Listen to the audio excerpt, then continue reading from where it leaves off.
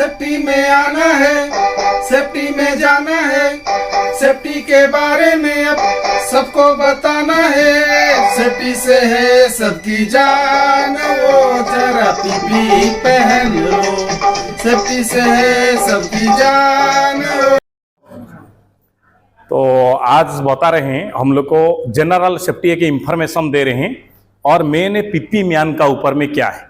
तो जैसे कि हम लोग को आप लोग को काम करने के लिए आया मैकेनिकल का एक्टिविटी का ऊपर में पाइप लेइंग होगा और क्या चीज़ इसमें सेफ्टी क्या है, उसका हजार्ड क्या है, ये सारी चीज़ें आपको बताएंगे। तो जैसे आपका सेफ्टी ऑफिसर है वो भी आपको डेली बताते हैं, ठीक है ना, डेली टूल बॉक्स मीटिंग में। तो मेन चीज़ देखा जाएगा तो एक चीज़ देखिए, तो ये एक है पीपी डेमो, ठीक है।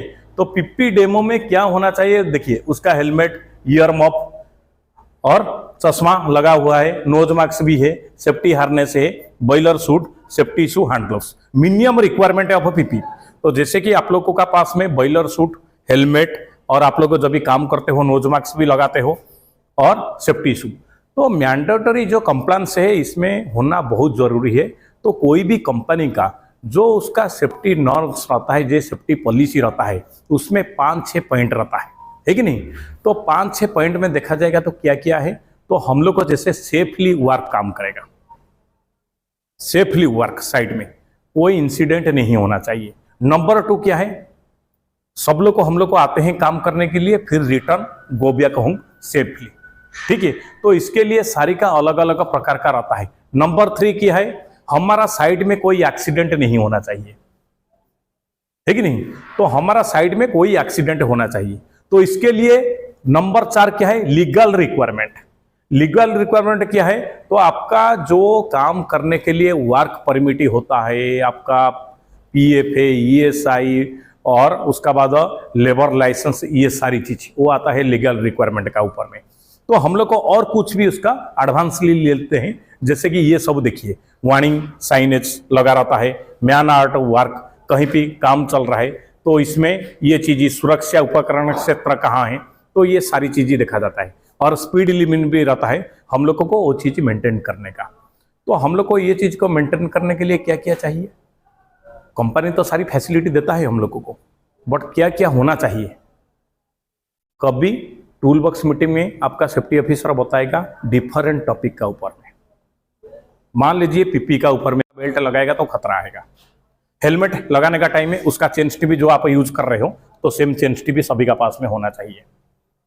ये कंटिन्यू वर्क, एक दिन 2 दिन गैप छूट जाएगा तो इसमें क्या है, फिर हम लोग को भूल जाएंगे नहीं क्या हो रहा है क्या नहीं हो रहा है। तो ये सारी चीज, तो इसके लिए हमारा सेफ्टी ऑफिसर भी रहते हैं साइड में विजिट करते हैं। तो ये सारी चीजें कोई नेग्लिजेंसी नहीं होना चाहिए।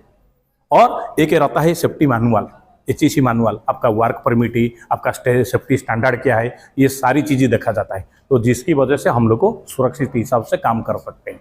और आपको एक बार हम लोग को सेफ्टी का पॉलिसी का ऊपर में बताएंगे, उसके लिए क्या क्या है, क्या क्या होना चाहिए, सारा डिटेल जो कंपनी का जो मैनेजिंग डायरेक्टर होता है और CEO रहते हैं उसी का ऊपर में ये लोग को उर्दू में ऑथराइडी साइन किए हैं। तो सेफ्टी पॉलिसी का ऊपर में, तो सेफ्टी पॉलिसी कहाँ डिस्प्ले होता है, तो हमारा गेट का पास में डिस्प्ले होता है, गेट नंबर 2 का पास में डिस्प्ले होता है, साइड में डिस्प्ले होता है, लेबर कॉलोनी में डिस्प्ले होता है। उसमें सारी चीज़ें इंग्लिश और लोकल लैंग्वेज जैसे कि हिंदी में, तो ये सारी चीज़ हम लोग को बताते हैं आप लोगों को। तो इसमें कोई नेग्लिजेंसी फर्दर नहीं होना चाहिए। आपको कोई पूछेगा आपका कि सेफ्टी ऑफिसर क्या क्या बताए सेफ्टी पॉलिसी का ऊपर में, तो आपने क्या जवाब देगा। नंबर 1 पॉइंट क्या बताया था आपको, कोई भी हमारा सारी लोग आएगा काम करने के लिए, जितना भी वर्कर आते हैं, विजिटर आते हैं, तो वर्क सेफली करेंगे। वो सिविल वर्कर हो, मैकेनिकल वर्कर हो, work safely, go back also safely. Number 2 क्या है, कोई इंसिडेंट नहीं होना चाहिए साइट में, कोई इंसिडेंट होना नहीं चाहिए, वो हमारा रेस्पॉन्सिबिलिटी। उसका ट्रेनिंग, टूल बॉक्स मीटिंग, उसको सुरक्षा का आइटम, ये सारी कुछ देते हैं। तो ये सारी 1 by 1 ऐसे 6-7 पॉइंट रहता है, ठीक है। तो उसी का ऊपर में हम लोग को नेक्स्ट बार में डिटेल चर्चा करेंगे, डिटेल बताएंगे आपको, ठीक है। तो धन्यवाद।